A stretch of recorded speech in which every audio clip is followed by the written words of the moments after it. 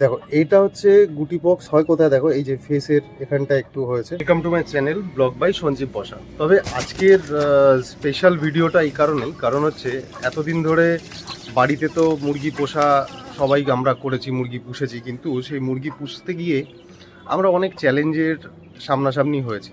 Challenge বলতে মুরগির রোগ, অসুখ এবং তার সমস্ত কিছু। তো স্পেশালি দেখা গেছে ঠান্ডা লাগা, মুরগির ঠান্ডা লাগা আছে, তার কাশি আছে, সব কিছুর রোগ ব্যাধি যদি তোমাদেরকে ট্রিটমেন্ট করতে হয় এবং সব রোগ ব্যাধির যদি ট্রিটমেন্ট তুমি জানো, তাহলেই কিন্তু মুরগি পোষার জন্য তুমি কিন্তু প্রস্তুত হবে। তবে ছাড়া মুরগি মানে মাটিতে ছেড়ে পোষা মুরগি আর বাড়ির ছাদে পোষা মুরগি, দুটোর মধ্যে পার্থক্য কিন্তু অবশ্যই থাকে সব সময়ের জন্য। এই মুরগিগুলো যেগুলো আমি পুষি আমার বাড়ির ছাদে, তার মধ্যে স্পেশাল হচ্ছে করকনাথ আর দেশি, এই দুটো মুরগি কিন্তু ছাদে পোষা খুবই ইজি। ও সোনালিও রয়েছে সঙ্গে। এরা কিন্তু রোগ ব্যাধি কম হয়, তবুও রোগ ব্যাধি থেকে বাঁচার জন্য মানুষের মানে কি বলবো, চিন্তা তো সব সময় থাকে যারা পুষছে। তো কোনো কারণে মুরগি যদি রোগে অসুস্থে ভোগে, তাহলে সেই ক্ষেত্রে তার ট্রিটমেন্ট অবশ্যই করা উচিত। তো আমার প্রত্যেক কটা ভিডিও এরকম দেওয়া রয়েছে বিভিন্ন টাইমের, যখন যেরকম রোগ হয়েছে সেই অনুযায়ী আমি ট্রিটমেন্ট করেছি। সেই ভিডিওগুলো তোমরা পারলে একবার দেখে নিও। আর দ্বিতীয়ত হচ্ছে এই যে মুরগিগুলো আমরা ছাদের মধ্যে পুষি, সেই মুরগিগুলোর যখন প্রথম বাচ্চা বেরোয় তার ভিডিওটাও আমি কিন্তু আমার চ্যানেলে দিয়েছি। তো আজকে আমার এই বাচ্চাগুলো কীরকম হয়েছে না হয়েছে সেগুলো কিন্তু প্রত্যেক কটাই রয়েছে আমার এই ভিডিওতে। কিভাবে বড় করলাম, কত বছরের বাচ্চা, মানে কত দিনের বাচ্চা, সেগুলো সবই কিন্তু বলবো, এবং কি খাওয়াচ্ছি বাচ্চাদের সেটাও কিন্তু অবশ্যই তোমাদেরকে আমি এই চ্যানেলে বলবো। তো তোমরা দেখতে থাকো। আর শুরু করি আজকের ভিডিও। তোমাদের জন্য স্পেশালি রইল হচ্ছে আমার এই প্রতিবেদন।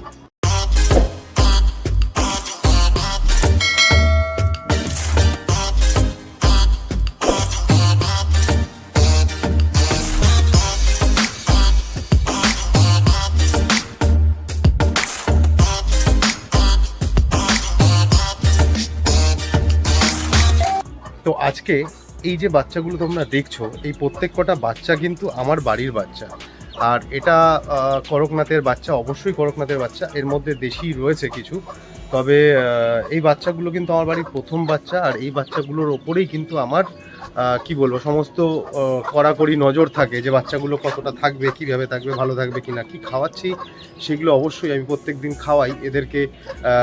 মানে স্টার্টার মেশটা বাচ্চাদেরকে খাওয়াই। তার সাথে এখন তো আমি ওদেরকে বাজরা, গম, ভুট্টা গুঁড়ো এইসব দিচ্ছি। আর প্রত্যেক সপ্তাহে জলে আমি দিচ্ছি 3 দিন ভিমরাল, মানে মাল্টিভিটামিন ভিমরাল 3 দিন চলছে।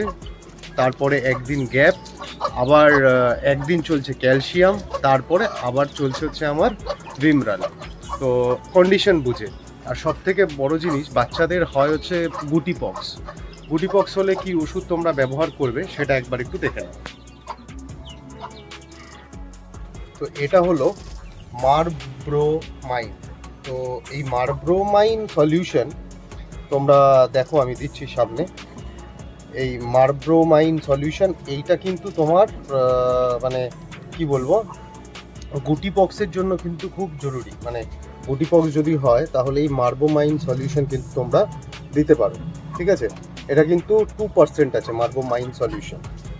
আমি ডেসক্রিপশানে তোমাদেরকে আরও দিয়ে দেবো এই মারব্রোমাইন সলিউশনটা। দেখো মেডিসিনের নামটা তোমরা বুঝতে পারছো কিনা আমি জানি না, তবে এই নামে কি যায় আমি দেখাবো তোমাদেরকে কি গুটি পক্স হয়েছে এবং তার জন্য আমার এই মারব্রোমাইন সলিউশন কতটা কাজ করেছে, ঠিক আছে।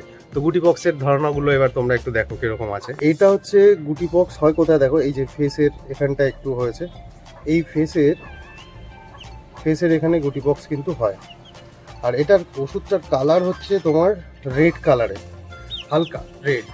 আর এই রেডের ওষুধ থাকলে কি হয়, তোমার এই যে গুটি পক্সটা হয়েছে এটাতে মোটামুটি তুলো দিয়ে, মানে এই যে আমাদের যে এই বার্ডসগুলো আছে এগুলোর সাথে তুলো লাগিয়ে আস্তে আস্তে গুটি পক্সের এখানে লাগিয়ে দিতে হয়, তাহলেই কিন্তু গুটি পক্স তোমার চলে যাবে, মানে ঝরে যাবে।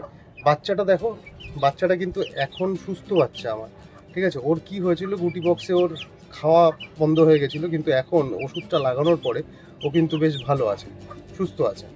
তো এইটা হচ্ছে মার্ব্রোমাইন সলিউশন 2%, ওর এটা হচ্ছে নমুনা। ওষুধটা যথেষ্ট ভালো, তোমরা কিন্তু পেয়ে যাবে বিভিন্ন ভেটেরিনারি শপে ওষুধটা। এবং এই ওষুধটা পেলে কিন্তু তোমাদের বাচ্চার যদি গুটিপক্স হয়, ইভেন তোমাদের বাড়িতে যদি কারোর পায়রা থাকে, সেই গুটিপক্সও কিন্তু তোমার ভালো। এই মার্ব্রোমাইন সলিউশন কিন্তু খুব ভালো জিনিস। বাচ্চা যেগুলো হয়েছে সেগুলো দেখো সবই আমার বাড়িতে, এখানে আমি সবজি দিই, মানে গ্রিন সবজি, তার সাথে রয়েছে বিভিন্ন খাবার, আর সবই মোটামুটি কালো এবং করকনাথের বাচ্চার সাথে ক্রস করা হয়েছে। করকনাথ আছে এবং দেশির সাথে করকনাথের ক্রস হয়ে বাচ্চা হয়েছে। যেমন এই বাচ্চাটা করকনাথ আর দেশি ক্রসে দেখো সাদা স্পট চলে এসছে। তো যেগুলো আছে পিওর ব্ল্যাক সেগুলো কিন্তু পিওর করকনাথের বাচ্চা, আর কিছু আছে সাদার মধ্যে লাল, সেগুলো কিন্তু করকনাথের সাথে দেশি ক্রস। তো আমার বাড়িতে কিন্তু এই অবস্থায় এখন এই বাচ্চাগুলো রয়েছে। এছাড়াও অনেকগুলো রয়েছে ডিম, যেগুলো আমার বাচ্চা ফুটবে আগামী কয়েকদিনের মধ্যে।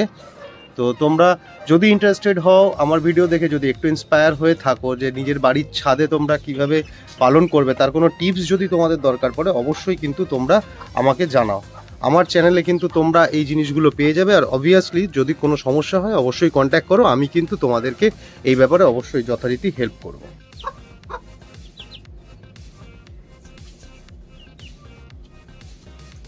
এই বাচ্চাগুলোর বয়স কিন্তু এখন 1 মাস প্লাস হয়ে গেল। আর যথারীতি তোমার ওই স্টার্টার মেস আর তার সাথে মাল্টিভিটামিন জল এবং খাওয়ার মধ্যে রয়েছে গম, ভুট্টা মানে কাটা ভুট্টা, তার সাথে রয়েছে যেটা মিক্স ফিড হয়, পাখির খাবারও হয়, সেই মিক্স ফিড দিলেও এটা কিন্তু খায়। আর এখনো পর্যন্ত বাচ্চা কিন্তু যথেষ্ট, তোমরা দেখতে পাচ্ছ, যথেষ্ট চঞ্চল, যথেষ্ট ভালো রয়েছে। আশা করি বাচ্চা ভালো সুস্থভাবে আরও বড় হবে এবং আমার বাড়িতে আরও প্রচুর করকনাথ ছড়িয়ে পড়বে।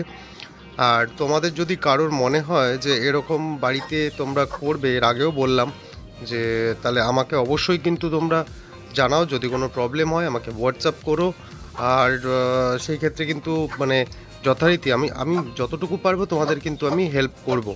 আর এই আমার বাড়ির ছাদের ওপরে যেভাবে আমি করছি, সেই ক্ষেত্রে আমি অনেক চ্যালেঞ্জ পাই মাঝে মধ্যে, যেগুলো রোগ হয়, সেগুলোকে ঠান্ডা লাগার থেকে শুরু করে হতে পারে তার চোখে প্রবলেম হলো ঠান্ডার থেকে। তো সেগুলোর কিন্তু মেডিসিন, ছোটোখাটো মেডিসিন যেগুলো আমরা সবাই জানি, আমরা কিন্তু সেটা ব্যবহার করে থাকি।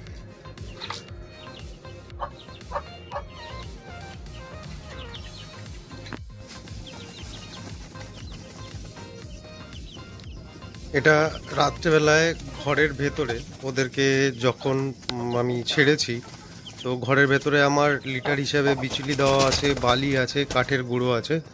তো এর মধ্যেই ওরা নিজের গাটাকে পরিষ্কার করে নেয়, কারণ এই জায়গাটা পুরোটাই আমার ওদের জন্য এইটুকু খোলা। আর যে ভেতরে খাঁচাগুলো দেখছো, খাঁচার মধ্যে কিন্তু ব্রিডিং হয়, মানে ডিমগুলো আমি বসাই ওই খাঁচার ভেতরেই। আর ওখান থেকে যে বাচ্চা যেরকমভাবে বেরোয়, সেই হিসেবে বাচ্চাগুলোর জন্য কিন্তু আলাদা আলাদা খাঁচা রয়েছে। আর দেখতে পাচ্ছ ওখানে জল দেওয়া রয়েছে খাঁচার ভেতরে।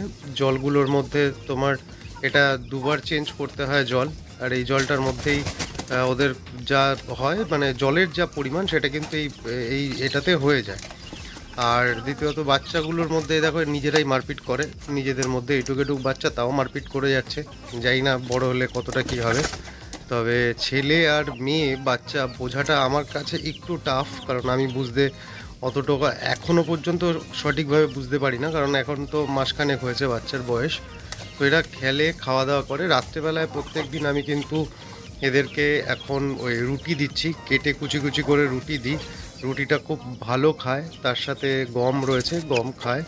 আর সপ্তাহে একদিন করে আমি একটা করে কাঁচা ডিম ফাটিয়ে ওটাকে একদম পুরো মিক্স করে দিই নিজের হাতে, পুরো ডিমের খোসাটাকে। তো প্রত্যেকে মিলে খুব কিন্তু ভালো মতন করে খায়। এই আমার বাচ্চার ডায়েট। আর তোমাদের যদি ইচ্ছে হয় যে বাড়িতে এরকম একটা করবে, তাহলে কিন্তু অবশ্যই করতে পারো। খুব ভালো জিনিস। বাড়ির চারপাশটাকে, হাওয়াগুলোকে ব্লক করতে হবে, পূর্ব দিক ওপেন থাকবে, তাহলেই হলো। বাকিটা হাওয়া না ঢুকলে এরা কোনো অসুস্থ হবে না। তো আপাতত ভিডিও আমার এইটুকুই রইলো। আর যদি ভালো থাকে প্লিজ একটা লাইক করে দিও, শেয়ার করে দিও। আর যদি কোনো দিন মনে হয় যে ভাই বা তোমাদের দাদার চ্যানেলটা ভালো লেগেছে, তাহলে প্লিজ সাপোর্ট করো। ধন্যবাদ।